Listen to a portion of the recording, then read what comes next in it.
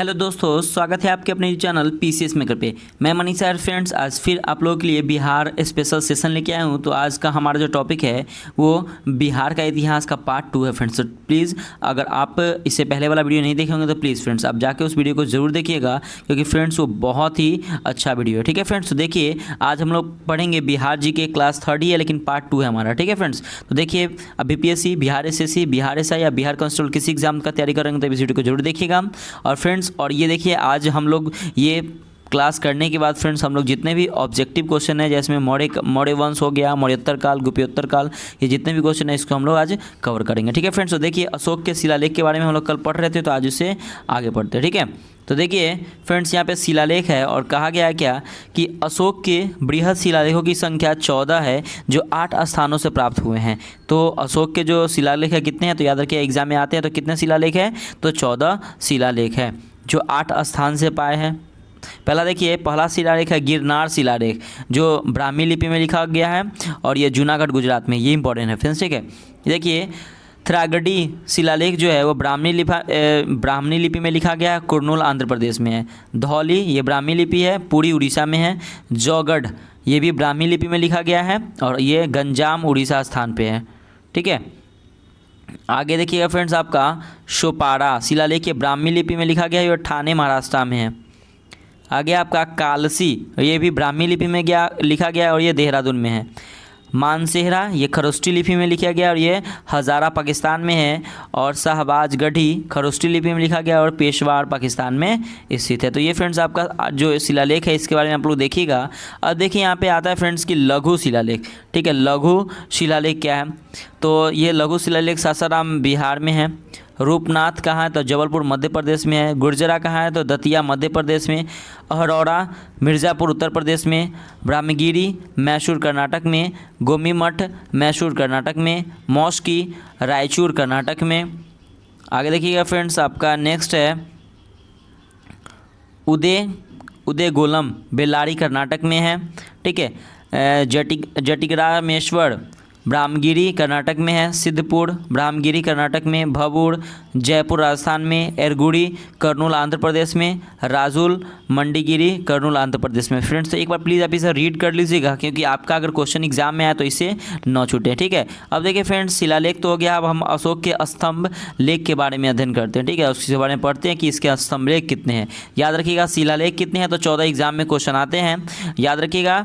अगला है कि अशोक के बृहद स्तंभ लेखों की संख्या 7 है जो निम्नलिखित स्थानों पर पाए गए हैं। याद रखिएगा स्तंभ लेख कितने हैं, 7 है, इसका दुगना कितना है, 14 क्या है, तो शिलालेख है। ठीक है, आगे देखिए यहाँ पे अब कौन कौन सा स्तंभ है। पहला है कि दिल्ली टोपड़ा स्तंभ लेख, इसे फिरोज शाह तुगलक ने दिल्ली में स्थापित किया। ये इंपॉर्टेंट है, किसने स्थापित किया था, फिरोज शाह तुगलक ने। अगला देखिए नेक्स्ट है कि दिल्ली मेरठ स्तंभ लेख, यह पहले मेरठ में था जिसे बाद में फिरोज शाह तुगलक ने दिल्ली स्थापित कर दिया था। तो याद रखिएगा दिल्ली मेरठ स्तंभ लेख जो है वह पहले मेरठ में था, लेकिन बाद में किसने अलग कर दिया था दिल्ली में, तो फिरोज शाह तुगलक ने दिल्ली में स्थापित किया था। आगे देखिए कि लौरिया ओरेराज स्तंभ लेख, यह स्तंभ लेख बिहार के पश्चिमी चंपारण जिले में लौरिया अरेराज में स्थित है। ठीक है फ्रेंड्स, आगे देखिए आपका चौथा क्या स्तंभ लेख कि लौरिया नंदगढ़ स्तंभ लेख, यह बिहार के पश्चिम चंपारण में स्थित है। स्तंभ पर मोर का चित्र बना हुआ है। याद रखिएगा लौरिया नंदनगढ़ स्तंभ लेख पे मोर का चित्र बना हुआ है और कहाँ है, तो बिहार के पश्चिम चंपारण में है। आगे नेक्स्ट है पचमा देखिएगा रामपुरवा स्तंभ लेख, यह बिहार के पूर्वी चंपारण में स्थित है। इसकी खोज 1872 में कलाइल ने की थी। याद रखिए किसने की थी, तो कलाइल ने की थी। ये कब हुआ था खोज, तो 1872। नेक्स्ट है आपका 6 नंबर की प्रयाग स्तंभ लेख, इसे मुगल बादशाह अकबर द्वारा कौशाम्बी से इलाहाबाद के किले में लाया गया था। किस अभिलेख को, तो प्रयाग स्तंभ लेख को किसने, तो याद रखिए मुगल बादशाह अकबर द्वारा कौशाम्बी से इलाहाबाद के किले में लाया गया था। नोट देखिए फ्रेंड्स, नोट में है कि कौशाम्बी तथा प्रयाग के स्तंभ लेख में रानी कारुवाकी की चर्चा है। इसे रानी का अभिलेख भी कहा जाता है। किसे कहा जाता है, तो कौशाम्बी तथा प्रयाग के स्तंभ लेखों में। ठीक है, अब देखिए लघु स्तंभ लेख कौन कौन है फ्रेंड्स, तो देखिएगा पहला है कौशाम्बी इलाहाबाद उत्तर प्रदेश में। सारनाथ वाराणसी उत्तर प्रदेश में। सांची रायसेन मध्य प्रदेश में। निगली गांव, तराई क्षेत्र नेपाल, और रुम्नदेही यानी कि तराई क्षेत्र नेपाल। तो याद रखिएगा इसको, ठीक है, एक बार देख लीजिएगा। नेक्स्ट है आपका नोट में देखिएगा कि अशोक के सभी अभिलेखों का विषय प्रशासनिक था, जबकि रुम्नदेही अभिलेख का विषय आर्थिक था। तो ये भी आप लोग देख लीजिए, ठीक है। अब देखिए गुहा लेक के बारे में हम लोग पढ़ते हैं फ्रेंड्स, गुहा लेक, ठीक है। देखिएगा कि बिहार के गया जिले में स्थित बराबर पहाड़ी पर 3 गुफा कर्ण चौपड़, लोमस ऋषि, सुदामा का निर्माण अशोक ने आजीवक संप्रदाय के साधुओं के लिए करवाया था। किसने करवाया था? तो अशोक ने करवाया था, ठीक है। आगे देखिएगा नेक्स्ट है आपका कि इन गुफाओं की दीवार पर अशोक के लेख उत्कीर्ण मिले हैं, ठीक है। नेक्स्ट है आपका कि मौर्य काल से जुड़े अन्य महत्वपूर्ण तथ्य, सप्तांग सिद्धांत, ठीक है। तो मौर्य वंश से संबंधित देखिएगा क्या है आपका कि राजा, अमात्य, जनपद, मतलब राजा सिर को राजा कहा गया है, अमात्य को आँख कहा गया है, और जनपद को जंघा कहा गया है, ठीक है। अब देखिए दुर्ग को बाह कहा गया है, कोष को मुख कहा गया है, सेना को मस्तिष्क कहा गया है, और मित्र को कान कहा गया है। तो फ्रेंड्स एग्जाम में ऐसे ही क्वेश्चन आ सकते हैं कि मौर्य काल में राजा को क्या कहा गया? तो सिर कहा गया है, अमात्य को क्या कहा गया? तो आँख कहा गया है, जनपद को क्या कहा है? जांग कहा गया है, दुर्ग को क्या? बाह कहा गया, कोष को मुख कहा गया, सेना को मस्तिष्क कहा गया, और मित्र को कान कहा गया। तो ऐसे एग्जाम में क्वेश्चन आते हैं फ्रेंड्स, ठीक है। प्लीज़ देखिएगा जरूर आप लोग, ठीक है। एक बार रीड जरूर कीजिएगा, और इसका पीडीएफ पाने के लिए आप नीचे दिए गए डिस्क्रिप्शन बॉक्स में लिंक दिया होगा टेलीग्राम पर, सब प्लीज़ आप इसे ज्वाइन हो जाइए। और हाँ फ्रेंड्स प्लीज़ अगर आपको ये वीडियो अच्छा लगे तो प्लीज़ आप इसे सब्सक्राइब कर लीजिए, क्योंकि फ्रेंड्स आपका एडिटोरिया का कोई भी अगर प्रैक्टिस टेस्ट अगर आता है तो सबसे पहले आपके अपने यूट्यूब चैनल पीसीएस मेकर पे अवेलेबल होगा। तो प्लीज़ फ्रेंड्स आप इसे सब्सक्राइब जरूर कर लीजिएगा। और हाँ अगर आपको टेस्ट देना है तो आप टेलीग्राम से ज्वाइन हो जाइए, ठीक है। नेक्स्ट पॉइंट है क्या कि अर्थशास्त्र के अनुसार मौर्य काल में उच्चाधिकारी तीर्थ कहलाते थे। क्या कहलाते थे? तो तीर्थ कहलाते थे। याद रखिए किसके अनुसार? तो अर्थशास्त्र के अनुसार। अर्थशास्त्र में 18 तीर्थों एवं 26 अध्यक्षों की चर्चा मिलती है, ठीक है। आगे नेक्स्ट है आपका कि चाणक्य ने चतुरंग बल यानी कि पैदल सैनिक, घुड़सवार, हाथी और युद्ध रथ को सेना का प्रमुख अंग बताया है, ठीक है। सेना का प्रमुख अंग बताया है। आगे देखिएगा कि चाणक्य ने सेना को 3 भागों में विभाजित किया है। अब देखिए कौन कौन सा भाग है। पहला है पुश्तैनी सेना, भाटक सेना और नगरपालिका सेना, ठीक है। नेक्स्ट है आपका कि इंडिका के अनुसार चंद्रगुप्त मौर्य के पास 6 लाख पैदल, 50,000 अश्वारोही और 9,000 हाथी तथा 800 रथों का सुजित विराट सेना थी। किसके पास? तो चंद्रगुप्त मौर्य के पास। नेक्स्ट है आपका कि जस्टिन ने समुद्रगुप्त मौर्य की सेना को डाकुओं का गिरोह कहा। ये इंपॉर्टेंट है, ठीक है फ्रेंड्स। तो जस्टिन ने चंद्रगुप्त मौर्य को सेना को क्या कहा है? तो डाकुओं का गिरोह कहा है। किसने कहा? चंद्रगुप्त मौर्य ने, चंद्रगुप्त मौर्य, याद रखिएगा, ठीक है। अर्थशास्त्र में 2 प्रकार के न्यायालयों की चर्चा की गई है। पहला है धर्म अस्थायी यानी कि दीवानी न्यायालय, और दूसरा है कंटक शोधन यानी कि फौजदारी न्यायालय। ये इंपॉर्टेंट है। कितने प्रकार के न्यायालय है? तो 2 प्रकार के। तो याद रखिए पहला दीवानी न्यायालय और दूसरा फौजदारी न्यायालय, जिसे हम लोग धर्म अस्थायी और कंटक शोधन न्यायालय कहते भी हैं। नेक्स्ट है आपका कि मौर्य काल में गुप्तचरों को गुड पुरुष कहा जाता है। ये इंपॉर्टेंट है कि मौर्य काल में गुप्तचरों को गुड पुरुष कहा जाता था, ठीक है। आगे नेक्स्ट है आपका कि अर्थशास्त्र में 9 प्रकार के दासों की चर्चा की गई है, ठीक है। नेक्स्ट है आपका कि मौर्यकालीन समाज में विधवा विवाह प्रचलित था।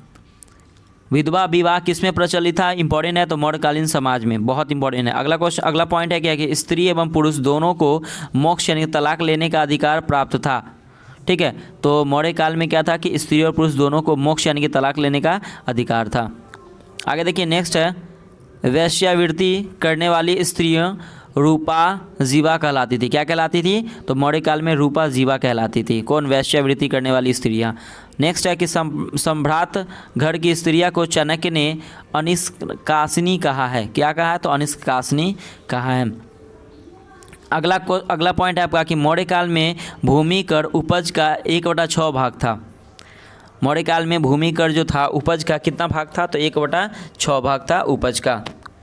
नेक्स्ट पॉइंट है कि राजकीय भूमि की व्यवस्था करने वाला प्रधान अधिकारी सीताध्यक्ष कहलाता था। ये इंपॉर्टेंट है। क्या कहलाता था? तो याद रखिएगा कि राजकीय भूमि की व्यवस्था करने वाला प्रधान अधिकारी सीताध्यक्ष कहलाता था। किसके कार्य में? तो मौर्य के काल में। आपका नेक्स्ट है कि उद्योग धंधों की संस्थाओं को श्रेणी कहा जाता था। क्या कहा जाता था? तो श्रेणी कहा जाता था। नेक्स्ट है कि पाटलिपुत्र में स्थित चंद्रगुप्त का महल मुख्यतः लकड़ी का बना था। किसका बना था? तो लकड़ी का बना था। नेक्स्ट है कि यूनानियों से मुक्ति दिलाने के कारण चंद्रगुप्त मौर्य को भारत का मुक्तिदाता कहा जाता है। तो याद रखिएगा, भारत का मुक्तिदाता किसे कहा जाता है? तो चंद्रगुप्त मौर्य को कहा जाता है। नेक्स्ट पॉइंट है कि कुम्हरारा, ठीक है, कुम्हरारा पटना से चंद्रगुप्त मौर्य के 80 स्तंभों वाला राजा प्रसाद के अवशेष भी मिले हैं। ये भी आप लोग याद रखिएगा। आप देखिए बिहार में मौर्योत्तर काल, ठीक है ना, तो बिहार में मौर्योत्तर काल के हम लोग अध्ययन करेंगे इसके बारे में। तो देखिए फ्रेंड्स क्या है यहाँ पे, शुंग वंश, ठीक है, इसके संस्थापक पुष्यमित्र शुंग थे। राजधानी विदिशा, प्रमुख शासक पुष्यमित्र शुंग, उसके बाद अग्निमित्र, उसका देवभूति, ठीक है। अंतिम शासक कौन था? तो देवभूति। तो फ्रेंड्स ये इंपॉर्टेंट है कि शुंग वंश के अंतिम शासक कौन है? देवभूति, प्रमुख शासक पुष्यमित्र शुंग, राजधानी विदिशा और संस्थापक पुष्यमित्र शुंग। तो ये इंपॉर्टेंट है, इसको आप लोग याद जरूर कर लीजिएगा, ठीक है। आगे देखिए नेक्स्ट है आपका कि मौर्य के सेनापति पुष्यमित्र शुंग ने अंतिम मौर्य शासक बृहदत्त की हत्या कर शुंग वंश की स्थापना की थी 185 ईसा पूर्व में। ये इंपॉर्टेंट है, याद रखिएगा, ठीक है। आगे देखिए कि इसे ब्राह्मण साम्राज्य भी कहा जाता है। किसे? तो शुंग वंश को। किस वंश को ब्राह्मण साम्राज्य कहा जाता है? तो शुंग वंश को, याद रखिएगा। अगला है कि पतंजलि पुष्यमित्र के दरबार में रहते थे। पतंजलि किसके दरबार में रहते थे? इंपॉर्टेंट क्वेश्चन है, तो पुष्यमित्र के दरबार में रहते थे। ऐसे ऑब्जेक्टिव क्वेश्चन आते हैं, ठीक है। अगला है पॉइंट कि पुष्यमित्र शुंग ने 2 अश्वमेध यज्ञ करवाया था जिसमें पतंजलि पुरोहित है। ये इंपॉर्टेंट है। किसने 2 अश्वमेध यज्ञ करवाए थे? तो पुष्यमित्र शुंग ने करवाए थे। नेक्स्ट है कि पुष्यमित्र शुंग ने सेनानी की उपाधि धारण की थी। तो किसने धारण की थी? तो पुष्यमित्र शुंग ने। आगे देखिएगा नेक्स्ट है आपका कि पुष्यमित्र ने अशोक द्वारा निर्मित 84,000 स्तूपों को नष्ट करवाया था। किसके द्वारा? तो पुष्यमित्र ने अशोक द्वारा, ठीक है, निर्मित 84,000 स्तूपों को नष्ट करवाया था। आगे है नेक्स्ट है आपका कि इस काल को वैदिक पुनर्जागरण का काल भी कहा जाता है। किस काल को? तो याद रखिएगा किस काल को कहा जाता है फ्रेंड्स, तो बताइएगा, ठीक है। नंद वंश। आगे देखिएगा शुंग वंश हो गया।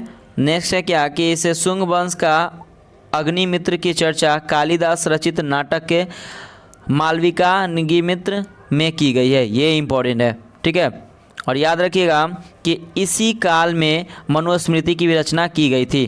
तो याद रखिए फ्रेंड्स किस काल में, देख लीजिए यहाँ पे किस काल में की गई थी। तो याद रखिएगा शुंग वंश के काल में, ठीक।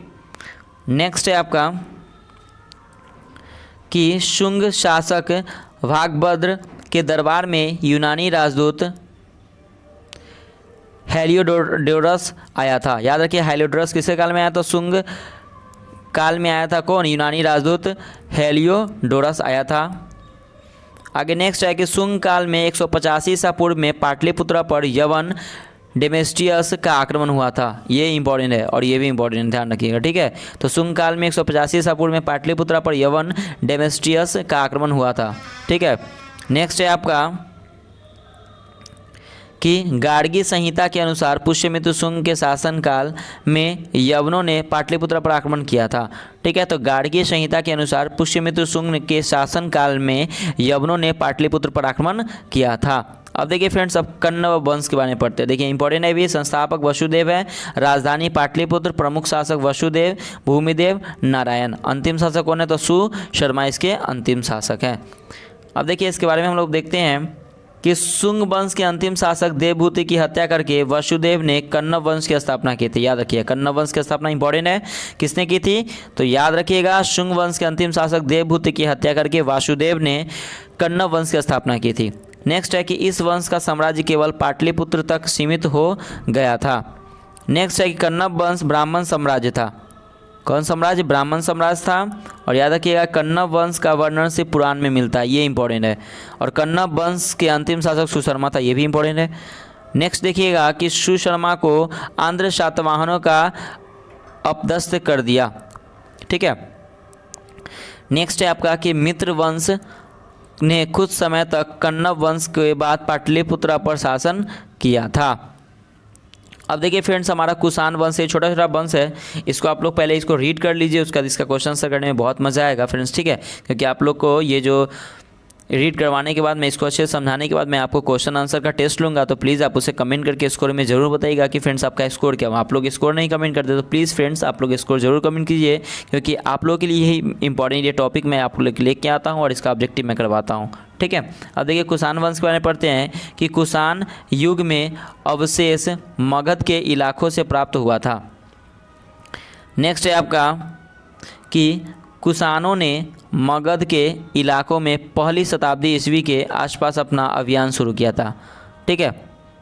नेक्स्ट है आपका कि कनिष्क ने पाटलिपुत्र पर आक्रमण किया और बौद्ध भिक्षु अश्वघोष को अपने साथ ले गया था। कौन? तो कनिष्क ने पाटलिपुत्र पर आक्रमण, किसने पाटलिपुत्र पर आक्रमण किया था? तो कनिष्क ने किया था, और बौद्ध भिक्षु अश्वघोष को अपने साथ ले गया था। अब देखिए फ्रेंड्स, हम लोग पढ़ते गुप्त वंश के बारे में, ये भी इंपॉर्टेंट है, इसको आप लोग याद जरूर रट जाइएगा, जैसे याद करना है याद कर लीजिएगा।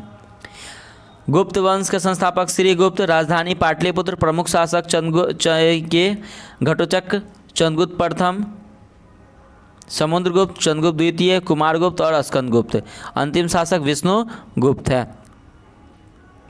अब देखिए फ्रेंड्स, यहाँ पे गुप्त साम्राज्य की नींव 275 ईस्वी में श्री गुप्त ने रखी थी। इंपॉर्टेंट है। गुप्त काल को भारतीय इतिहास की स्वर्णिम युग माना जाता है, ये भी इंपॉर्टेंट है। किसे माना जाता है? तो गुप्त काल को स्वर्णिम युग। नेक्स्ट है आपका कि गुप्त वंश की जानकारी वायु पुराण से प्राप्त होती है, ये भी इंपॉर्टेंट है। नेक्स्ट है कि गुप्त काल की राजकीय भाषा क्या थी? संस्कृत थी, ये भी इंपॉर्टेंट है, ठीक है। आगे देखिए आपका नेक्स्ट है फ्रेंड्स कि मंदिरों का निर्माण कार्य गुप्त काल में ही प्रारंभ हुआ था, ये भी इंपॉर्टेंट है। मंदिरों का निर्माण कब से प्रारंभ हुआ था? तो याद रखिएगा, गुप्त काल से। नेक्स्ट है आपका कि गुप्तकालीन स्वर्ण मुद्रा को दीनार कहा जाता था। क्या कहा जाता था? तो दीनार कहा जाता था। इसी गुप्त काल में विष्णु शर्मा ने पंचतंत्र की रचना की थी। तो सबसे पहले क्वेश्चन ये आता है कि पंचतंत्र की रचना किसने की? विष्णु शर्मा ने। और किस काल में हुई? तो याद रखिएगा, गुप्त काल में हुई। तो इंपॉर्टेंट है ना। नेक्स्ट है आपका कि गुप्त साम्राज्य में ब्राह्मणों को कर मुक्त कृषि भूमि दी जाती थी। किसमें? तो गुप्त साम्राज्य में। आगे देखिए आपका नेक्स्ट है फ्रेंड्स कि इस काल में भू राजस्व दर उपज का छठा भाग था। नेक्स्ट है कि महान खगोल विज्ञानी और गणितज्ञ आर्यभट्ट का संबंध इसी काल से था। वह पाटलिपुत्र में निवास करते थे। आर्यभट्ट का संबंध किस काल में है? तो याद रखिए, गुप्त काल से ही। नेक्स्ट है आपका कि गुप्त काल में ही वराहमिहिर ने खगोलीय विज्ञान के भारतीय महाग्रंथ पंच सिद्धांतिक की रचना की थी, याद रखिएगा। अगला है आपका पॉइंट, देखिएगा कि सुसूत्र का संबंध भी गुप्त काल से ही था। नेक्स्ट है कि वैष्णव अथवा भागवत धर्म गुप्त काल में चरमोत्कर्ष पर था। नेक्स्ट है आपका कि गुप्त काल में ही बोध गया के महाबोधि मंदिर की स्थापना हुई थी, ये इंपॉर्टेंट है। तो याद रखिएगा, गुप्त काल में ही बोध गया के महाबोधि मंदिर की स्थापना हुई थी, ठीक है फ्रेंड्स। आगे देखिएगा, नेक्स्ट है आपका कि राजगीर के मणि नाग मंदिर में पत्थर पर गणेश, विष्णु तथा नाग नागिनों के पालकालीन चित्र प्राप्त हुए हैं, ठीक है, गुप्त काल में ही हुए हैं। नेक्स्ट है आपका कि बिहार के सुल्तानगंज से बुद्ध की 7 फीट की एक पीतल की मूर्ति प्राप्त हुई है, ठीक है। इसको आप बस रीड कीजिए फ्रेंड्स, ठीक है। एक बार बस रीड आपको करना है, एक बार सुनिए जो मैं आपको बोल रहा हूँ उसको बस आप ध्यान से सुनिए। जो इंपॉर्टेंट रहेगा मैं आपको बताऊंगा कि ये इंपॉर्टेंट है, आप बस एक बार रीड तो कर सकते हैं ना। क्योंकि फ्रेंड्स देखिए, आजकल का जो एग्ज़ाम हो गया बहुत सा टफ हो गया है, तो क्योंकि हम लोग को थोड़ा सा डीपली में पढ़ना पड़ेगा फ्रेंड्स, क्योंकि आपका एक भी क्वेश्चन ना छूटे। क्योंकि अगर आप बिहार SI BPSC ये सब एग्जाम, अगर बिहार का कोई भी एग्जाम का आप तैयारी कर रहे होंगे ना फ्रेंड्स, तो आपके लिए बिहार GK बहुत ज़्यादा इंपॉर्टेंट रहता है। तो आप उसको बारीकी से पढ़िए, एकदम अच्छे से पढ़िए, ठीक है। और इसका क्वेश्चन आंसर का भी टेस्ट आप लास्ट में लगाइए तो आपको पता चल जाएगा, ठीक है। बिहार के शाहबाद से गुप्तकालीन एक सुंदर कृतिके की मूर्ति प्राप्त हुई है। आगे देखिए, नेक्स्ट है आपका कि फाहियान का एक प्रसिद्ध कथन था कि मध्य भारत के सभी देशों में मगध देश में सर्वाधिक नगर थे। धनपतियों ने यहाँ चिकित्सालय बनवाए थे जहाँ रोगियों को मुफ्त भोजन तथा दवाएं दी जाती थी, ऐसा कहा जाता है। ठीक है, नेक्स्ट है आपका कि राजगिरी में स्थित जरासंध की बैठक का निर्माण गुप्त काल में ही किया गया था। ये इंपॉर्टेंट है, याद रखिएगा कि जरासंध की बैठक का निर्माण किसके काल में हुआ था, तो गुप्त काल में हुआ था। कहाँ पे हुआ था, तो राजगीर में स्थित, याद रखिएगा। ठीक है, अब देखिए फ्रेंड्स, हम लोग को पढ़ना है आगे कि गुप्त साम्राज्य के जानकारी के स्रोत। अब इसके स्रोत के बारे में हम लोग पढ़ेंगे। देखिए यहाँ पे साहित्य है, जैसे में देवी चंद्रगुप्तम, मुद्रा राक्षस, कामसूत्र, कालिदास की ये रचना है। ठीक है, आगे देखिए लेख जो है वह प्रयाग प्रशस्ति, एरन अभिलेख, ताम्रपत्र, मोहर पर लेख। मुद्रा क्या है, तो स्वर्ण चांदी के सिक्के। और यात्रा विवरण क्या है, तो फाइयान, हिंसा की यात्रा वृत्तांत है। ठीक है, तो ये सब हम लोग को अच्छे से पढ़ना है। तो देखिए सबसे पहले हम लोग पढ़ते हैं श्रीगुप्त। गुप्त वंश का संस्थापक कौन है, तो याद रखिए फ्रेंड्स श्रीगुप्त ही है। ठीक है, ये इंपॉर्टेंट है। नेक्स्ट है आपका कि पूना से प्राप्त ताम्रपत्र में श्रीगुप्त को आदिराज से संबोधित किया गया था। याद रखिएगा, आदिराज से संबोधित किसने किया था, तो पूना से प्राप्त ताम्रपत्र में श्रीगुप्त को आदिराज से संबोधित किया था। अब देखिए नेक्स्ट है आपका घटोत्कच है। ठीक है, तो 280 ईसा पूर्व से 319 ईसा पूर्व में, 280 ईस्वी से 319 ईस्वी। ठीक है, देखिएगा ये जो घटोत्कच जो है वो कौन है, तो श्रीगुप्त का पुत्र है। तो ये इंपॉर्टेंट है। नेक्स्ट है आपका कि कुछ अभिलेखों में इसे गुप्त वंश का प्रथम राजा बताया गया है। किसे, तो याद रखिएगा घटोत्कच को। ठीक है, नेक्स्ट है आपका चंद्रगुप्त प्रथम 319 ईस्वी से 335 ईस्वी। ठीक है, अब देखिएगा चंद्रगुप्त प्रथम घटोत्कच का पुत्र था। ठीक है, ये इंपॉर्टेंट है। नेक्स्ट है आपका कि चंद्रगुप्त प्रथम ने ही सर्वप्रथम महाराजाधिराज की उपाधि धारण की थी। ये इंपॉर्टेंट है, याद रखिए किसने की थी, तो चंद्रगुप्त प्रथम ने। नेक्स्ट है आपका कि चंद्रगुप्त प्रथम ने 319 ईस्वी से गुप्त संवत शुरू किया। याद रखिए गुप्त संवत ईस्वी किसने शुरू किया था, तो चंद्रगुप्त प्रथम ने 319 ईस्वी। नेक्स्ट है आपका कि उसने लिच्छवी राजकुमारी कुमार देवी से विवाह कर वैशाली राज प्राप्त किया था। किसने, तो चंद्रगुप्त प्रथम ने। किससे विवाह किया था, तो लिच्छवी राजकुमारी कुमार देवी से। नेक्स्ट है आपका कि गुप्त काल में सर्वप्रथम चंद्रगुप्त प्रथम ने ही सोने का सिक्का चलाया था। ये बहुत ज़्यादा इंपॉर्टेंट है फ्रेंड्स। ठीक है, तो गुप्त काल में सर्वप्रथम किसने सोने का सिक्का चलाया था, तो चंद्रगुप्त प्रथम ने चलवाया था। इन स्वर्ण सिक्कों पर एक तरफ चंद्रगुप्त व कुमारी देवी एवं दूसरी तरफ लक्ष्मी की आकृति उत्कीर्ण किया गया है। ठीक है, नेक्स्ट है आपका कि चंद्रगुप्त प्रथम ने कौशल एवं कौशाम्बी पर विजय प्राप्त कर अपने साम्राज्य की राजधानी पाटलिपुत्र को बनाया था। ये इंपॉर्टेंट है, कहाँ विजय प्राप्त किया था, तो कौशल एवं कौशाम्बी पर। और किसको राजधानी बनाया था, तो पाटलिपुत्र को। नेक्स्ट है आपका समुद्रगुप्त 335 ईस्वी से 375 ईस्वी। चंद्रगुप्त प्रथम के बाद उसका पुत्र समुद्रगुप्त सिंहासन पर आसीन हुआ, मतलब सिंहासन पे बैठा था। और नेक्स्ट है आपका कि लिच्छवी राजकुमारी कुमार देवी के गर्भ से समुद्रगुप्त का जन्म हुआ था। इसकी माँ का नाम क्या था, तो कुमार देवी, याद रखिएगा। नेक्स्ट है आपका प्रयाग प्रशस्ति के रचयिता हरिसेन समुद्रगुप्त के मंत्री एवं दरबारी कवि थे। किसका, तो प्रयाग प्रशस्ति के रचयिता। नेक्स्ट है आपका कि प्रयाग प्रशस्ति से समुद्रगुप्त के राज्यारोहण, विजय तथा साम्राज्य विस्तार के संबंध में जानकारी प्राप्त होती है। अगला है इतिहासकार B.A. स्मिथ ने उसे भारत का नेपोलियन किसे कहा है। किसे, तो याद रखिए समुद्रगुप्त को। ये इंपॉर्टेंट है। ठीक है, भारत का नेपोलियन समुद्रगुप्त को कहा गया है। अगला क्वेश्चन है आपका कि समुद्रगुप्त ने स्वयं को लिच्छवी दोहित कहा है। ये इंपॉर्टेंट है। नेक्स्ट है आपका कि समुद्रगुप्त ने उतारपथ के द्वितीय अभियान में 9 राजाओं पर विजय प्राप्त की थी। कितने राजाओं पे, तो 9 राजाओं पे। अगला है समुद्रगुप्त ने दक्षिणापथ अभियान में 12 राजाओं पर विजय प्राप्त की थी। याद रखिएगा दक्षिणापथ में 12 राजाओं पर विजय प्राप्त की थी। समुद्रगुप्त ने उत्तरापथ में द्वितीय अभियान में 9 राजाओं पर विजय प्राप्त की थी। आगे आपका समुद्रगुप्त ने ग्रहण मोक्ष अनुग्रह की नीति भी अपनाई थी। ये भी इंपॉर्टेंट है। नेक्स्ट है कि समुद्रगुप्त एक महान कवि और संगीतकार था। समुद्रगुप्त ने महाराजाधिराज की उपाधि धारण की थी, याद रखिएगा। और इन्हें यानी कि समुद्रगुप्त ने पराक्रमांक, सर्वराज्योच्चता, अप्रतिरथ, व्याघ्र पराक्रम आदि उपाधि भी प्रदान की थी। तो थोड़ा सा इसको भी रीड कर लीजिएगा। नेक्स्ट है आपका चंद्रगुप्त द्वितीय 380 से 412 ईस्वी। तो देखिए फ्रेंड्स यहाँ पे क्या है कि समुद्रगुप्त के बाद रामगुप्त शासक बना, परंतु उसका अस्तित्व सीमित काल तक रहा था। ठीक है, आगे आपका कि रामगुप्त के बाद चंद्रगुप्त द्वितीय शासन बना। ठीक है, नेक्स्ट है आपका कि जिसे विक्रमादित्य, देवपुत्र, विक्रमांक, परम भागवत आदि के नाम से भी जाना जाता है। ये इंपॉर्टेंट है, याद रखिएगा कि चंद्रगुप्त द्वितीय को किस किस नाम से जानते हैं, तो विक्रमादित्य, देवगुप्त, विक्रमांक, परम भागवत के नाम से भी जाने जाते हैं। तो ये भी आप लोगों के लिए इंपॉर्टेंट है। ठीक है, नेक्स्ट है आपका 389 ईस्वी में शक राजा रुद्र सिंह पर विजय प्राप्त करने के उपलक्ष्य में उसने विक्रमादित्य की उपाधि धारण की थी। याद रखिए, ये इंपॉर्टेंट है। विक्रमादित्य की उपाधि कैसे धारण हुई, तो याद रखिएगा। ठीक है, अगला है आपका कि चंद्रगुप्त द्वितीय का काल कला साहित्य का स्वर्ण युग के रूप में जाना जाता है। नेक्स्ट है कि इसे बिहार में गुप्त साम्राज्य को संगठित एवं शक्तिशाली बनाने का श्रेय भी दिया जाता है। किसे, तो चंद्रगुप्त को द्वितीय को। अगला है आपका कि देवी चंद्रगुप्तम एवं हर्षचरित में इसे शक विजेता कहा गया है। याद रखिएगा, किसे, चंद्रगुप्त द्वितीय को शक विजेता कहा गया। किसमें, तो देवी चंद्रगुप्तम एवं हर्षचरित में।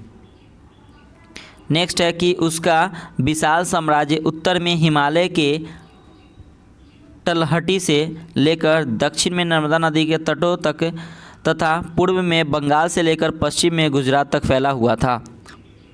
इसको रीड कीजिएगा। नेक्स्ट है आपका कि चंद्रगुप्त द्वितीय की प्रथम राजधानी पाटलिपुत्रा थी और द्वितीय राजधानी उज्जैन थी। ये इंपॉर्टेंट है। ठीक है, चंद्रगुप्त की प्रथम राजधानी पाटलिपुत्रा, याद रखिएगा। अगला है आपका पॉइंट कि चंद्रगुप्त द्वितीय ने अपनी पुत्री प्रभावती गुप्त का विवाह वाकाटक नरेश रुद्रसेन द्वितीय के साथ किया था। ठीक है, ये इंपॉर्टेंट है। अगर नेक्स्ट है पॉइंट आपका कि कालिदास चंद्रगुप्त द्वितीय के दरबारी कवि थे। ये इंपॉर्टेंट है। नेक्स्ट है कि चंद्रगुप्त द्वितीय के नवरत्न कालिदास, धन्वंतरी, अमर सिंह, शंकु, छपनक, बेताल भट्ट, बारहमिहिर, घटकपर और वरुचि थे। तो याद रखिएगा कितने थे, तो याद रखिएगा कि 9 रत्न थे। ठीक है, नेक्स्ट है आपका कि चीनी यात्री फाहियान चंद्रगुप्त द्वितीय के शासन काल में भारत आया था और 3 वर्षों तक पाटलिपुत्रा में रहा। बहुत ज़्यादा इंपॉर्टेंट है फ्रेंड्स। ठीक है, नेक्स्ट है कि रजत यानी कि चांदी के सिक्कों की शुरुआत सर्वप्रथम इसी ने की थी, जिन्हें रूपक या रप्यक भी कहा जाता है। याद चंद्रगुप्त द्वितीय के समय ही सर्वप्रथम क्या हुआ था, चांदी के सिक्के चलाए गए थे। नेक्स्ट है आपका कि महरौली यानी कि दिल्ली स्थित लौह स्तंभ को चंद्रगुप्त द्वितीय ने बनवाया था। ये भी इंपॉर्टेंट रेफरेंस। ठीक है, अब देखिए कुमारगुप्त प्रथम के बारे में हम लोग पढ़ते हैं। कुमारगुप्त प्रथम 415 से 454 ईस्वी। चंद्रगुप्त द्वितीय की मृत्यु के पश्चात उसका पुत्र कुमारगुप्त प्रथम सिंहासन पर आसीन हुआ बैठा। कुमारगुप्त प्रथम ने अश्वमेध यज्ञ करवाया था। ये इंपॉर्टेंट है, किसने करवाया था, तो कुमारगुप्त प्रथम ने अश्वमेध यज्ञ करवाया था। नेक्स्ट है आपका कि कुमारगुप्त प्रथम ने महेंद्रादित्य की उपाधि धारण भी की थी। ये भी इंपॉर्टेंट है। इसी के शासन काल में नालंदा विश्वविद्यालय की स्थापना की गई थी। किसके शासन काल में, तो याद रखिए कुमारगुप्त के शासन काल में। ये भी इंपॉर्टेंट है। नेक्स्ट है आपका कि गुप्त शासकों में सर्वाधिक अभिलेख कुमारगुप्त प्रथम के ही प्राप्त हुए हैं। सबसे ज़्यादा कुमारगुप्त का अभिलेख सबसे ज़्यादा प्राप्त हुआ है। नेक्स्ट है आपका कि स्कंदगुप्त रचित भीतरी अभिलेख में पुष्यमित्रों पर कुमारगुप्त प्रथम के विजय की चर्चा मिलती है। नेक्स्ट है कि वत्सभिट्टी रचित मंदसौर अभिलेख में कुमारगुप्त प्रथम के विषय में विस्तृत चर्चा की गई है। किसमें, तो मंदसौर अभिलेख में। अब देखिए फ्रेंड्स, स्कंदगुप्त है 455 ईस्वी से लेके 467 ईस्वी। कुमारगुप्त प्रथम की मृत्यु के पश्चात उसका पुत्र स्कंदगुप्त सिंहासन पर आसीन हुआ। ठीक है, इंपॉर्टेंट है। उसे काफ़ी लोक हितकारी सम्राट माना गया है। नेक्स्ट है उसने कर्मादित्य, विक्रमादित्य आदि उपाधि धारण की थी। याद रखिए किसने, तो स्कंदगुप्त ने। नेक्स्ट है कि स्कंदगुप्त के शासनकाल में चक्रपालित द्वारा सुदर्शन झील का पुनरुद्धार करवाया गया था। ये भी थोड़ा सा देख लीजिएगा। नेक्स्ट है आपका कि स्कंदगुप्त ने हूनों के आक्रमण से अपने साम्राज्य के से बचाया था। किसके आक्रमण से बचाया था? तो हूनों के आक्रमण से, इंपॉर्टेंट है। नेक्स्ट है आपका कि जूनागढ़ अभिलेख में हूनों को मलेच्छ कहा गया है। ये इंपॉर्टेंट है, ठीक है। क्या कहा गया है? तो मलेच्छ कहा गया है। नेक्स्ट है आपका कि स्कंदगुप्त के पश्चात निर्बल एवं अयोग्य उत्तराधिकारी का कारण गुप्त वंश का पतन हो गया। गुप्त वंश का अंतिम शासक कौन था? तो विष्णुगुप्त था। ये इंपॉर्टेंट है फ्रेंड्स, ठीक है। अब देखिए फ्रेंड्स, बिहार में गुप्तोत्तर काल में पढ़ते हैं हम लोग, ठीक है, जिसमें पाल वंश है सबसे पहले। तो इसके बारे में हम लोग क्या करते हैं? अध्ययन करते हैं। तो देखिए फ्रेंड्स, हम लोग पाल वंश पढ़ते हैं, ठीक है। तो देखिए यहाँ पे सबसे पहले यहाँ पे पाल वंश के संस्थापक कौन है? तो गोपाल, पाल गोपाल। सबसे शासक कौन है? तो धर्मपाल, देवपाल। पाल वंश का द्वितीय संस्थापक कौन है? तो महिपाल प्रथम। और अंतिम शासक कौन है? तो रामपाल है। तो ये इंपॉर्टेंट फ्रेंड्स, ठीक है। अब यहाँ पे देखिए पॉइंट है कुछ कि नालंदा एवं कुर्कीहार यानी कि गया से पालकालीन सांचे में ढली कांस्य प्रतिमाओं के साक्ष्य मिले हैं, ठीक है। आगे नेक्स्ट है आपका कि पाल शासक पाटलिपुत्र से अपना आदेश पारित करते थे, ठीक है। नेक्स्ट है आपका कि हर्षवर्धन के पतन के बाद बिहार बंगाल क्षेत्र में एक शक्तिशाली वंश के रूप में पाल वंश का उदय हुआ। ये इंपॉर्टेंट है, किस वंश का उदय हुआ? तो पाल वंश का उदय हुआ, ठीक है। और पाल शासक बौद्ध धर्म के अनुयायी थे। किसके अनुयायी थे? तो बौद्ध धर्म के अनुयायी थे। नेक्स्ट है कि अरब यात्री सुलेमान ने पाल वंश को रूहेला कहा। ये इंपॉर्टेंट फ्रेंड्स, ठीक है। एग्जाम में पूछे हुए किसे कहा गया? तो किसे रूहेला कहा है? तो अरब यात्री सुलेमान ने पाल वंश को रूहेला कहा है। अब देखिए फ्रेंड्स, आपका गोपाल है जो 750 ईस्वी से 770 ईस्वी है। तो गोपाल पाल वंश का संस्थापक था, ठीक है। नेक्स्ट है कि बंगाल के सामंतों एवं आम जनता के द्वारा गोपाल का शासक चुना गया था, ठीक है। नेक्स्ट है आपका कि गोपाल ने बिहार शरीफ यानी कि नालंदा में हिरण्य प्रभा पर्वत पर संचालन नदी के तट पर उदंतपुरी महाविद्यालय एवं विश्वविद्यालय की स्थापना की थी। ये इंपॉर्टेंट है, थोड़ा सा देख लीजिएगा। नेक्स्ट है आपका कि पाल शासकों द्वारा बौद्ध धर्म के महायान संप्रदाय का विशेष प्रोत्साहन दिया गया है। अब देखिए फ्रेंड्स, आपका धर्मपाल है। धर्मपाल देखिए कि 770 ईस्वी से 810 ईस्वी। तो नेक्स्ट है कि गोपाल के बाद धर्मपाल शासक बना और इसने कन्नौज पर आक्रमण किया तथा चक्रयुद्ध को कन्नौज का शासक नियुक्त किया। इस पर इसने उत्तरापथी स्वामिन का भी उपाधि धारण की थी। तो ये याद रखिएगा। नेक्स्ट है लाइन आपका कि धर्मपाल के शासन काल में ही पाल वंश, गुर्जर, प्रतिहार एवं राष्ट्रकूट वंश के बीच त्रिपक्षीय संघर्ष शुरू हुआ था। तो ये भी आप लोग याद रखिएगा, ठीक है। आगे है नेक्स्ट आपका कि धर्मपाल को प्रतिहार नरेश वत्सराज एवं राष्ट्रकूट शासक ध्रुव ने पराजित किया, ठीक है। नेक्स्ट है आपका कि धर्मपाल ने भागलपुर में विक्रमशिला विश्वविद्यालय की स्थापना करवाया था। ये इंपॉर्टेंट है बहुत ज़्यादा कि विक्रमशिला विश्वविद्यालय की स्थापना किसने करवाया था? तो धर्मपाल ने। कहाँ पे? था भागलपुर में, ठीक है। ये थोड़ा सा जो इंपॉर्टेंट है फ्रेंड्स मैं आप लोग को बता देता हूँ, तो प्लीज़ आप उसे नोट डाउन कीजिए या इसका PDF आप टेलीग्राम से ज्वाइन होकर ले सकते हैं। नेक्स्ट है आपका कि पहाड़पुर गांव बांग्लादेश में स्थित सोमपुरा महाविहार का निर्माण धर्मपाल ने करवाया था। ये भी इंपॉर्टेंट है, ठीक है। नेक्स्ट है आपका कि गुजरात के कवि सोढ़दस ने अपनी रचना उदय सुंदरी में धर्मपाल को उत्तर का स्वामी कहा है। ये भी इंपॉर्टेंट है। उत्तर का स्वामी किसने कहा है? तो गुजरात के कवि सोढ़दस ने अपनी रचना उदय सुंदरी में कहा है। अब नेक्स्ट है आपका देवपाल 810 ईस्वी से 850 ईस्वी। तो धर्मपाल के बाद पाल वंश का सबसे शासक देवपाल सिंहासन पर आसीन हुआ। नेक्स्ट है कि इसने मुंगेर को अपनी राजधानी बनाई। किसने? तो देवपाल ने। नेक्स्ट है आपका कि देवपाल ने विस्तारवादी नीति का अनुसरण किया और उत्तर में नेपाल, पूर्वोत्तर में प्रागज्योतिषपुर और पूर्वी सागर तट तक उड़ीसा में अपनी साम्राज्य का विस्तार किया, ठीक है। आगे देखिएगा। नेक्स्ट है कि उसने प्रतिहार नरेश नागभट्ट द्वितीय तथा कंबोज के हूनों पर पराजित भी किया था। आगे नेक्स्ट देखिएगा कि उसने जावा के शासक बलदेव पुत्र के अनुरोध पर नालंदा में विहार बनवाने हेतु 5 गांव प्रदान किए थे। आगे नेक्स्ट आपका कि अरब यात्री सुलेमान ने समकालीन सभी शासकों में देवपाल को सर्वश्रेष्ठ शासक माना था। तो याद रखिए किसने सबसे शासक माना था, तो सुलेमान ने, अरब यात्री थे। ठीक है, नेक्स्ट है आपका कि पालकालीन मूर्ति कलाकार धीमन एवं बिट्ठपाल धर्मपाल एवं देवपाल के समकालीन थे। अब देखिए महिपाल प्रथम फ्रेंड्स, ठीक है, देखते हैं महिपाल प्रथम, तो उसे पाल वंश का द्वितीय संस्थापक कहा जाता है, ये इंपॉर्टेंट है। ठीक है, पाल वंश का द्वितीय संस्थापक कौन है, तो महिपाल। इसके बाद है कि इसके समय में राजेंद्र चोल ने बंगाल पर आक्रमण किया था। बंगाल पर आक्रमण किसके समय में राजेंद्र चोल ने किया था, तो महिपाल प्रथम के समय में। ठीक है, नेक्स्ट है कि बौद्ध भिक्षु अतीश दीपंकर इस काल में तिब्बत गए थे। अब देखिए फ्रेंड्स रामपाल के बारे में देखते हैं, तो रामपाल पाल वंश का अंतिम शासक था, ये बहुत ज़्यादा इंपॉर्टेंट है। और इसी के शासनकाल में कैवत विद्रोह हुआ था, ये भी इंपॉर्टेंट है। और संध्याकर नदी की रचना रामचरित्र रामपाल से संबंधित है, ये भी थोड़ा सा इंपॉर्टेंट है। अब देखिए फ्रेंड्स यहाँ पे अब नेक्स्ट है बिहार, यानी कि सेन वंश के बारे में हम लोग पढ़ते हैं। ठीक है, अब सेन वंश से जो भी टॉपिक है उसको हम लोग देखते हैं। तो देखिए सेन वंश में कि पाल वंश के पतन के बाद सेन वंश की स्थापना हुई।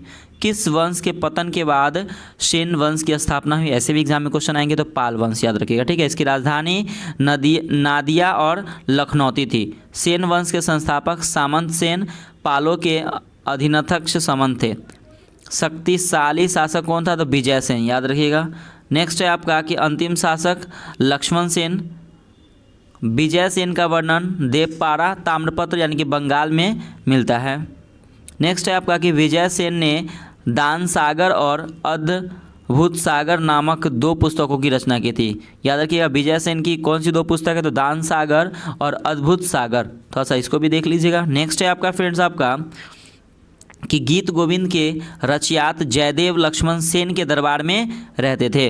ठीक है, गीत गोविंद के रचयिता कौन थे, तो जयदेव लक्ष्मण याद रखिएगा। और ये किसके दरबार में रहते थे, तो जयदेव लक्ष्मण सेन के दरबार में रहते थे। नेक्स्ट है आपका कि विजय सेन शैव धर्म एवं लक्ष्मण सेन वैष्णव धर्म का अनुयायी था, ये इंपॉर्टेंट है। ठीक है, विजय सेन किस धर्म के अनुयायी थे, तो जैव धर्म, और लक्ष्मण सेन तो वैष्णव धर्म के अनुयायी थे। नेक्स्ट है आपका कि बख्तियार खिलजी ने लक्ष्मण सेन को पराजित कर तुर्कों पर अधीन कर दिया। अब देखिए फ्रेंड्स यहाँ पे मिथिला के कर्नाटक वंश 1097 से 1326 ईस्वी, तो इसके बारे में हम लोग देखते हैं।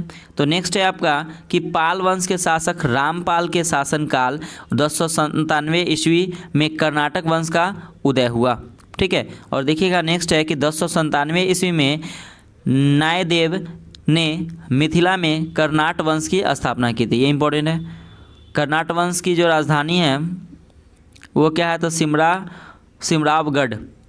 नेक्स्ट है कि न्यायदेव ने कर्नाटक कुलभूषण की उपाधि धारण की थी। आगे देखिएगा नेक्स्ट है कि न्यायदेव का पुत्र गंगदेव एक योग्य शासक था। नेक्स्ट है कर्नाटक वंश के शासनकाल को मिथिला का स्वर्ण युग भी कहा जाता है, ये इंपॉर्टेंट है। ठीक है, नेक्स्ट है आपका कि कर्नाटक वंश के शासक नरसिंह देव बंगाल के शासक से परेशान होकर उसने तुर्क शासकों का सहयोग लिया था। नेक्स्ट है आपका कि नरसिंह देव ने तुर्क आक्रमणकारी बख्तियार खिलजी के बिहार आगमन पर उसे धन देकर संतुष्ट किया था। नेक्स्ट है 1234 ईस्वी में राम सिंह के शासनकाल में तिब्बती इतिहासकार यात्री धर्मस्वामिन का तिरहुत में आगमन हुआ था। तो ये फ्रेंड्स आपको बस एक बार रीड करना है, ठीक है ना, ताकि आपका एग्ज़ाम न मतलब कि आपका जो क्वेश्चन है फ्रेंड्स आपके एग्ज़ाम में न छूटे। ठीक है, तो देखिए फ्रेंड्स यहाँ पे आपका जो ये था वो कंप्लीट हो गया है। ठीक, और देखिए अब इससे जो रिलेटेड जो हम लोग क्वेश्चन जो करेंगे उसको हम लोग कवर करेंगे। और फ्रेंड्स आके जो हम लोग कल जो पढ़ेंगे वो बौद्ध धर्म और जैन धर्म के बारे में पढ़ेंगे, वो बहुत ही अच्छा टॉपिक है फ्रेंड्स। ठीक है, तो प्लीज़ आप उसे देखना ना भूलिएगा, ठीक ना। तो देखिए हम लोग पढ़ते हैं, उसका क्वेश्चन अब टेस्ट देते हैं। ठीक है, तो सबसे पहला क्वेश्चन आपका टॉपिक है मौर्य वंश। तो इससे हम लोग जो भी क्वेश्चन है इसको हम लोग क्या करेंगे फ्रेंड्स, तो इसको कवर करेंगे। तो सबसे पहला क्वेश्चन है आपका फ्रेंड्स कि नंद वंश के पश्चात, ठीक है, नंद वंश के पश्चात मगध पर किसकी राजवंश ने मतलब किस राजवंश ने शासन किया। बहुत इंपॉर्टेंट क्वेश्चन है फ्रेंड्स, ये देखिए बीपीएससी में क्वेश्चन पूछे हुए हैं। तो बताइएगा 1 का राइट आंसर क्या हो जाएगा, ऑप्शन नंबर सी यानी कि मौर्य।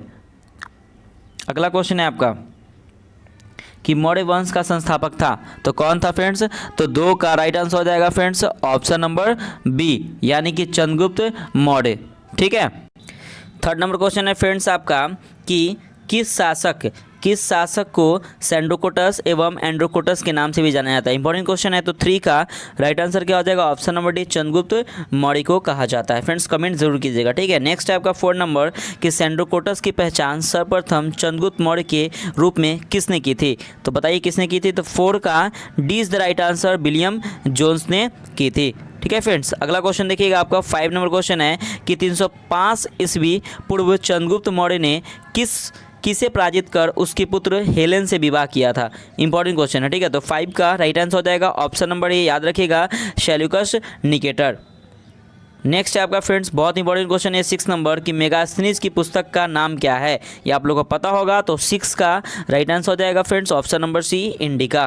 ठीक है। नेक्स्ट है आपका कि अर्थशास्त्र के लेखक कौन है? तो आपको पता है कि 7 का राइट आंसर क्या हो जाएगा? ऑप्शन नंबर बी, यानी कि चाणक्य है अर्थशास्त्र के लेखक। 8 नंबर क्वेश्चन है आपका कि वह स्रोत जिसमें पाटलिपुत्रा के प्रशासन का वर्णन उपलब्ध है वह है, तो वह कौन सा है? तो 8 का राइट आंसर हो जाएगा ऑप्शन नंबर सी, इंडिका है। ठीक है फ्रेंड्स। नेक्स्ट क्वेश्चन है आपका 9 नंबर कि किस मौर्य शासक के दरबार में आजीवक भविष्यवक्ता पिंगलवत्स रहता था? तो किसके शासनकाल में? तो 9 का A is the right answer, Bindusara. ठीक है। अगला क्वेश्चन देखिएगा फ्रेंड्स आपका 10 नंबर क्वेश्चन है कि किस मौर्य शासक को अमित्रघात, भद्रसेन एवं सिंहसेन कहा गया है? बहुत इंपॉर्टेंट क्वेश्चन है। तो 10 का राइट आंसर हो जाएगा friends option number C, Bindusara को कहा गया है। अगला क्वेश्चन है आपका 11 नंबर कि किस मौर्य शासक के दरबार में एंटियोकस का राजदूत डायमिकस आया था? तो 11 का राइट आंसर हो जाएगा friends option number B, Bindusara. ठीक है। अगला क्वेश्चन देखिएगा 12 नंबर क्वेश्चन है आपका कि सिंहली अनुसूत्रियों के अनुसार अशोक ने कितने भाइयों की हत्या करके राज सिंहासन प्राप्त किया था? मैंने आपको बताया था। तो 12 का राइट आंसर क्या आ जाएगा? ऑप्शन नंबर या 99 भाइयों की हत्या करके।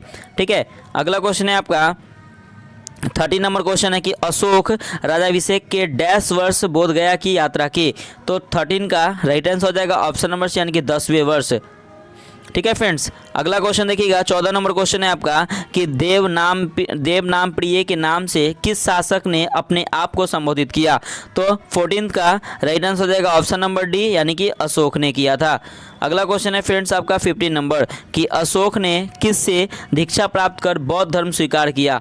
इंपॉर्टेंट क्वेश्चन है। तो 15 का C is the right answer, मोगलीपुत्तिस से, याद रखिएगा। ठीक है।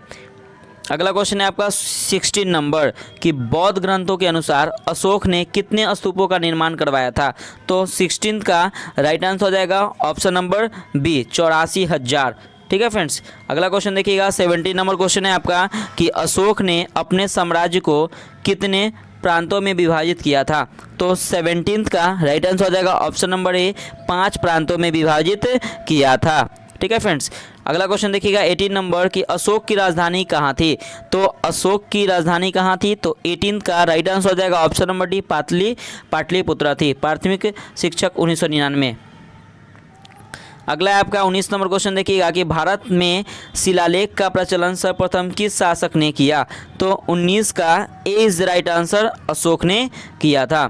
अगला क्वेश्चन है आपका 20 नंबर, अशोक के बृहद शिलालेखों का संख्या है, तो कितनी है संख्या? तो फ्रेंड्स 20 का राइट आंसर हो जाएगा ऑप्शन नंबर सी, यानी कि 14 है। अगला क्वेश्चन है आपका 21 नंबर, मानसेहरा शिलालेख की लिपि है? तो 21 का राइट आंसर हो जाएगा ऑप्शन नंबर ए, खरोष्टी लिपि। मैंने आपको बताया था। ठीक है। तो अगर आप पढ़े होंगे तो इसका क्वेश्चन आंसर जरूर कीजिएगा आप। 22 नंबर क्वेश्चन है कि बिहार में किस स्थान से अशोक के लघु शिलालेख प्राप्त हुए हैं? तो 22 का राइट आंसर हो जाएगा ऑप्शन नंबर बी, सासाराम से। नेक्स्ट क्वेश्चन है आपका 23 नंबर, बराबर की गुफाएं का उपयोग किसने आश्रयगृह के रूप में किया? 64वीं बीपीएससी में पूछे हुआ क्वेश्चन है। तो 23 का राइट आंसर हो जाएगा ऑप्शन नंबर ए, आजीविकों ने। नेक्स्ट क्वेश्चन है 24 नंबर कि अशोक के लघु स्तंभलेख निम्नलिखित स्थानों से प्राप्त हुए हैं? ये कहाँ से प्राप्त हुए हैं? तो 24 का D is the right answer, Kaushambi, Sarnath और रुम्मदेही, यानी कि उपयुक्त में से सभी से प्राप्त हुए हैं। अगला क्वेश्चन है 25 नंबर कि अर्थशास्त्र में वर्णित सप्तांग सिद्धांत में शामिल है। तो 25 का राइट आंसर हो जाएगा राजा अमात्य कोश, यानी कि right answer option number D आपका सही हो जाएगा। अगला क्वेश्चन है 26 नंबर कि अर्थशास्त्र के अनुसार मौर्य काल में उच्चाधिकारी कहलाते थे। तो 26 का राइट आंसर हो जाएगा ऑप्शन नंबर ए तीर्थ कहलाते थे। अगला क्वेश्चन है फ्रेंड्स आपका 27 नंबर कि अर्थशास्त्र में डैश तीर्थों एवं डैश अध्यक्षों की चर्चा मिलती है। तो 27 का C is the right answer, 18 तीर्थों एवं 26 अध्यक्षों की चर्चा मिलती है। अगला क्वेश्चन है 28 नंबर कि किसने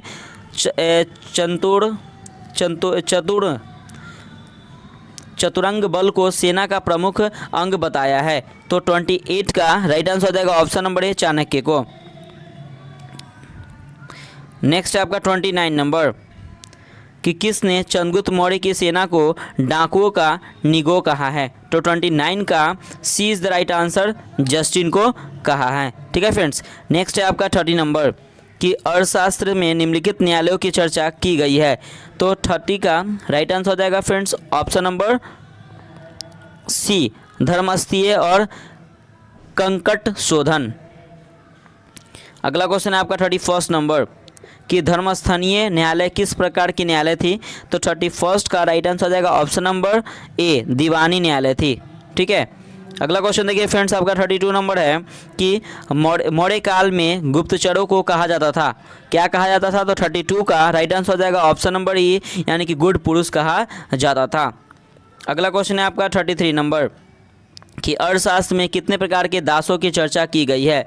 तो 33 का C is the right answer, 9 प्रकार के। 34 नंबर क्वेश्चन है कि मौर्य काल में वेश्यावृत्ति करने वाली स्त्रियों को कहा जाता था, क्या कहा जाता था। तो 34 का B is the right answer, रूपा जीवा कहा जाता था। अगला क्वेश्चन है आपका 35 नंबर कि संभ्रांत घर की स्त्रियां को चाणक्य ने कहा है, क्या कहा है। तो 35 का राइट आंसर हो जाएगा ऑप्शन नंबर बी, अनिष्कासिनी कहा है। ठीक है फ्रेंड्स। अगला क्वेश्चन है 36 नंबर कि मौर्य काल में भूमि कर उपज का कितना भाग लिया जाता था। तो 36 का राइट आंसर हो जाएगा फ्रेंड्स ऑप्शन नंबर सी, यानी कि 1/6 भाग। अगला क्वेश्चन है आपका 37 नंबर कि मौर्य काल में उद्योग धंधों की संस्थाओं को कहा जाता था, तो क्या कहा जाता था। तो 37 का राइट आंसर हो जाएगा फ्रेंड्स ऑप्शन नंबर ए, श्रेणी कहा जाता था। अगला क्वेश्चन है फ्रेंड्स आपका 38 नंबर कि अशोक के किस अभिलेख का विषय आर्थिक था। तो 38 का राइट आंसर हो जाएगा ऑप्शन नंबर सी, यानी कि रुम्मन्यदेही अभिलेख। अगला क्वेश्चन है 39 नंबर कि भारत का मुक्तिदाता कहा जाता है, किसे कहा जाता है। तो 39 का C is the right answer, Chandragupta Maurya को कहा जाता है। अगला क्वेश्चन है आपका 40 नंबर कि तृतीय बौद्ध संगीति का आयोजन किसके शासनकाल में हुआ था। तो 40 का राइट आंसर हो जाएगा ऑप्शन नंबर, यानी कि अशोक के शासनकाल में हुआ था। और 41 नंबर क्वेश्चन है आपका कि अशोक के निम्नलिखित अभिलेखों को रानी का अभिलेख भी कहा जाता है, तो किस अभिलेख को। तो 41 का राइट आंसर हो जाएगा प्रयाग अभिलेख और कौशाम्बी अभिलेख, यानी कि ऑप्शन नंबर सी आपका सही हो जाएगा। ठीक है फ्रेंड्स। तो देखिए इसका आप लोग आंसर भी ऐसे आप लोग मैच कर लीजिएगा। ठीक है। तो देखिए फ्रेंड्स हम लोग जो देखेंगे वो मरणोत्तर काल। ठीक है। तो इससे भी जो भी इंपॉर्टेंट क्वेश्चन है इसको हम लोग कवर करेंगे। ठीक है फ्रेंड्स। तो हमारा देखिए फर्स्ट क्वेश्चन है कि मौर्य वंश के पश्चात मगध पर किस वंश का शासन स्थापित हुआ। तो 1 का राइट आंसर क्या हो जाएगा फ्रेंड्स ऑप्शन नंबर ए, यानी कि शुंग वंश। नेक्स्ट क्वेश्चन है फ्रेंड्स आपका सेकेंड नंबर देखिएगा कि शुंग वंश का संस्थापक था, तो कौन था। तो 2 का राइट आंसर हो जाएगा ऑप्शन नंबर सी, यानी कि पुष्यमित्र शुंग था। ठीक है। अगला क्वेश्चन है आपका 3 नंबर कि 185 ईसा पूर्व में पाटलिपुत्र पर यवन डेमेस्ट्रियस का आक्रमण किस वंश के शासनकाल में हुआ। तो 3 का राइट आंसर हो जाएगा ऑप्शन नंबर बी, शुंग वंश के शासनकाल में।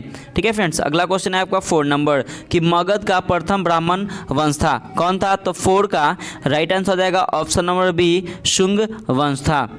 अगला क्वेश्चन है आपका 5 नंबर कि पुष्यमित्र शुंग द्वारा आयोजित अश्वमेध यज्ञ के पुरोहित थे, कौन थे। तो 5 का A is the right answer, Patanjali थे। अगला क्वेश्चन देखिएगा फ्रेंड्स 6 नंबर है क्या कि मौर्योत्तर काल में किसने सेनानी की उपाधि धारण की थी। तो 6 का राइट आंसर हो जाएगा option number C, Pushyamitra Shunga ने। अगला क्वेश्चन है फ्रेंड्स आपका 7 नंबर कि किस वंश के शासनकाल में मनुस्मृति की रचना की गई थी। तो 7 का राइट आंसर हो जाएगा ऑप्शन नंबर डी, शुंग वंश। अगला क्वेश्चन देखिएगा, 8 नंबर क्वेश्चन है आपका कि कालिदास रचित नाटक मालविकाग्नि मित्र में किस शुंग शासक की चर्चा की गई है। तो 8 का राइट आंसर हो जाएगा ऑप्शन नंबर सी, अग्निमित्र की। अगला क्वेश्चन है आपका 9 नंबर, यूनानी राजदूत हेलियोडोरस किस काल में आया था। तो 9 का राइट आंसर हो जाएगा ऑप्शन नंबर डी, शुंग के काल में आया था। अगला क्वेश्चन है आपका 10 नंबर कि शुंग वंश का अंतिम शासक था। तो 10 का राइट आंसर हो जाएगा option number A, Devabhuti. Next question है 11 नंबर कि कन्नब वंश का संस्थापक था। तो 11 का राइट आंसर हो जाएगा ऑप्शन नंबर सी, वसुदेव। अगला क्वेश्चन है आपका नेक्स्ट फ्रेंड्स देखिएगा कि कन्नब वंश की सत्ता समाप्त की किसने की। तो 12 का 20 राइट आंसर, आंध्र सातवाहनों ने। अगला है 13 नंबर की कन्नब वंश की राजधानी थी। तो 13 का A is the right answer, Pataliputra थी। नेक्स्ट क्वेश्चन है आपका 14 नंबर की कन्नब वंश का अंतिम शासक था। तो 14 का राइट आंसर हो जाएगा ऑप्शन नंबर सी, सुशर्मा था।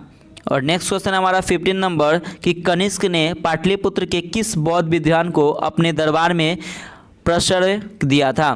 तो 15 का राइट आंसर हो जाएगा ऑप्शन नंबर ए, यानी कि अश्व घोष। ठीक है फ्रेंड्स, तो फ्रेंड्स इसका आप लोग आंसर मैच कर लीजिएगा। ठीक है, अब हम लोग चलते हैं गुप्त काल पे। ठीक है, तो गुप्त काल के जितने भी क्वेश्चन हैं हम लोग वो कवर करते हैं और आप लोग टेस्ट में कमेंट करके जरूर बताइएगा कि आपका स्कोर क्या हुआ। गुप्त साम्राज्य का संस्थापक था, इंपॉर्टेंट क्वेश्चन है। तो 1 का A is the right answer, Srigupta. ठीक है, अगला क्वेश्चन है कि गुप्त काल की राजकीय भाषा थी, कौन सी थी। तो 2 का C is the right answer, Sanskrit थी। अगला क्वेश्चन है फ्रेंड्स आपका 3 नंबर कि पंचतंत्र किसकी रचना थी। तो 3 का राइट आंसर हो जाएगा option number B, Vishnu Sharma. अगला क्वेश्चन आपका 4 नंबर कि गुप्त साम्राज्य में किसके करमुक्त कृषि भूमि दी जाती थी। तो 4 का D is the right answer, ब्राह्मण को। अगला क्वेश्चन है आपका 5 नंबर कि गुप्त काल भूराजस्व दर थी, कितनी थी। तो 5 का A is the right answer, उपज का छठा भाग। अगला क्वेश्चन है आपका 6 नंबर कि पंच सिद्धांतिका के रचयिता थे, कौन थे। तो 6 का राइट आंसर हो जाएगा ऑप्शन नंबर सी, बराहमिहिर। अगला क्वेश्चन आपका 7 नंबर कि चंद्रगुप्त प्रथम के पिता थे। तो 7 का A is the right answer, Ghatotkacha. अगला क्वेश्चन है आपका 8 नंबर कि गुप्त साम्राज्य के किस शासक ने सर्वप्रथम महाराजाधिराज की उपाधि धारण की थी। तो 8 का B is the right answer, Chandragupta प्रथम। अगला क्वेश्चन है आपका फ्रेंड्स 9 नंबर कि गुप्त साम्राज्य के किस शासक ने लिच्छवी राजकुमारी कुमार देवी से विवाह किया था। तो 9 का B is the right answer, Chandragupta प्रथम ने।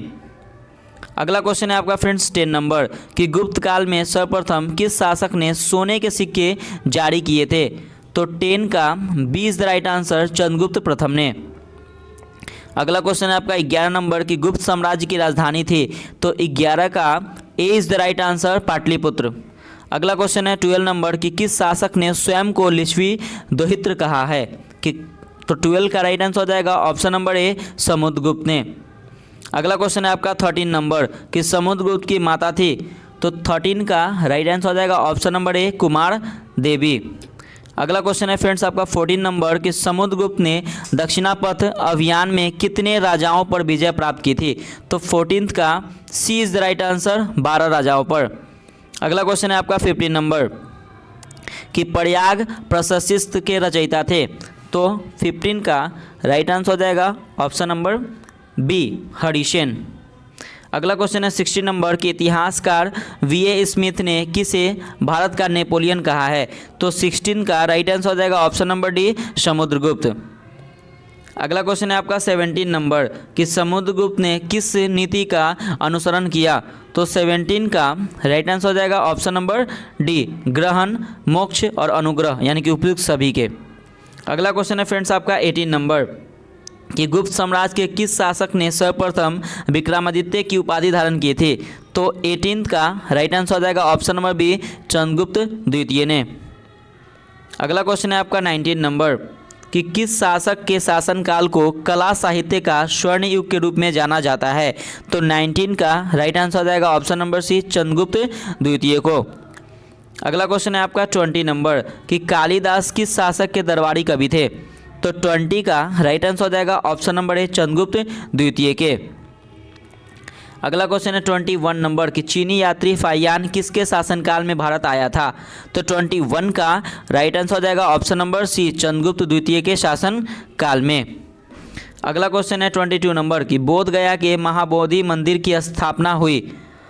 तो 22 का राइट आंसर हो जाएगा ऑप्शन नंबर डी, गुप्त काल में। 23 नंबर क्वेश्चन है कि गुप्त संवत की शुरुआत हुई थी? तो 23 का राइट आंसर हो जाएगा ऑप्शन नंबर सी, 319 ईस्वी में हुई थी। अगला क्वेश्चन है 24 नंबर, नालंदा विश्वविद्यालय की स्थापना का युग है? तो कौन सी युग में हुआ था? तो 24 का C is the right answer, गुप्त युग में। अगला क्वेश्चन है 25 नंबर, नालंदा विश्वविद्यालय का संस्थापक था? तो 25 का राइट आंसर हो जाएगा ऑप्शन नंबर सी, कुमारगुप्त प्रथम। देखिए फ्रेंड्स, मैं ये सभी पढ़ा चुका हूँ, तो प्लीज़ आप एक बार वीडियो को जरूर देखिएगा, उसके बाद टेस्ट लगाइएगा फ्रेंड्स, ठीक है प्लीज़। 26 नंबर क्वेश्चन है कि गुप्त काल की एक सुंदर कृतिज्ञ की मूर्ति किस जिले में प्राप्त हुई थी? तो 26 का राइट आंसर हो जाएगा ऑप्शन नंबर डी, शाहाबाद जिले में।